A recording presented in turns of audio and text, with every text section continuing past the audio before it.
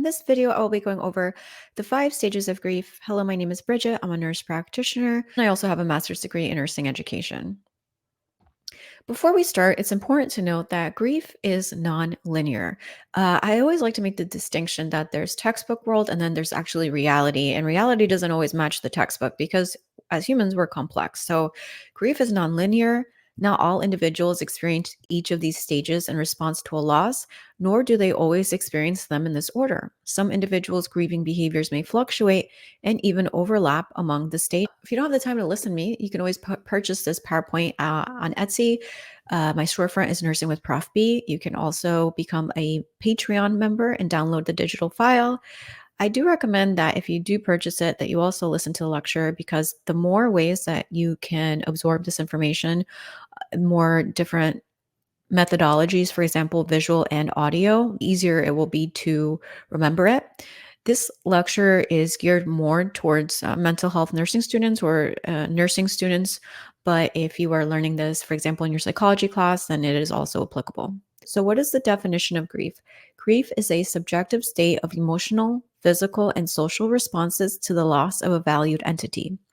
Grief is a complex and multifaceted emotional response to loss.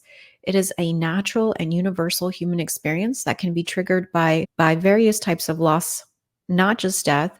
Grief encompasses a range of emotions, thoughts, and behaviors that individuals may go through when they face a significant loss or change in their lives. Elisabeth Kübler-Ross was essentially the person who came up with this model. She was a Swiss American psychiatrist and author who became widely known for her work on death and dying. She is best known for developing the Kübler-Ross model, also known as the 5 stages of grief.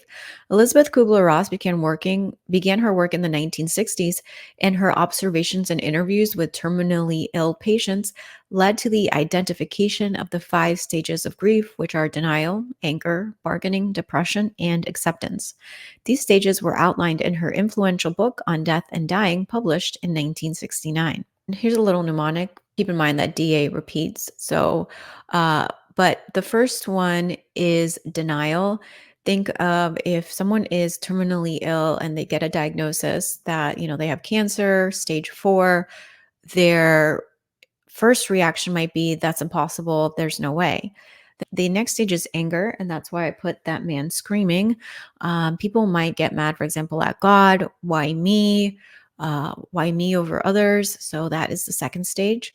Bargaining is the next stage, where people might bargain with God and say, if you heal me, I will be a better person, or they'll make some kind of deal.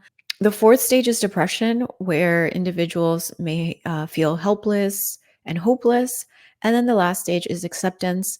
I added this girl here with vitiligo. It's an autoimmune skin condition, and it's just she just embodies, for example, acceptance of her condition and self-love. Now, keep in mind that if someone has a diagnosis, keep in mind that if someone's been diagnosed with a terminal illness, acceptance doesn't mean that they're happy about the diagnosis, but they've come to terms with it. Stage 1 is denial. In this stage, individuals may initially deny the reality of the situation. They may struggle to accept the diagnosis or loss. Synonyms might be shock, disbelief. For example, someone diagnosed with a terminal illness might deny the diagnosis, refusing to believe it's true. A patient may respond with, no, it can't be true. Stage 2 is anger. As denial fades, feelings of anger and frustration may emerge. Individuals may direct their anger towards themselves, loved ones, others, God, or even the situation itself. Envy and resentment toward others not affected are common. A patient may say, why me? And it's not fair. Stage 3 is bargaining. In an attempt to regain control or postpone the inevitable, individuals may engage in bargaining. This can involve making deals or promises in exchange for a different outcome. During this stage, a bargain may be made with God in an attempt to reverse or postpone the loss. So, for example, someone might say, if God cures me, I will go to church every Sunday. Stage 4 is depression. Think of this was the woman in the little jar with the rain cloud. The weight of the situation can lead to feelings of deep sadness and despair. Individuals may experience a sense of hopelessness and helplessness. This stage differs from pathological depression in that it represents advancement toward resolution rather than fixation in an earlier stage of the grief process. Stage 5 is acceptance, and individuals may come to terms with the reality of the situation. Acceptance doesn't necessarily mean happiness, but rather a recognition and understanding of the circumstances, a feeling of peace regarding the loss that has occurred. Synonyms might be resignation. Once again, if you would like to purchase this, you can purchase it on Etsy or you can become a member on Patreon, and the digital download will be available for you. Thank you so much for watching. Make sure you subscribe, share, like, follow. Have a great day.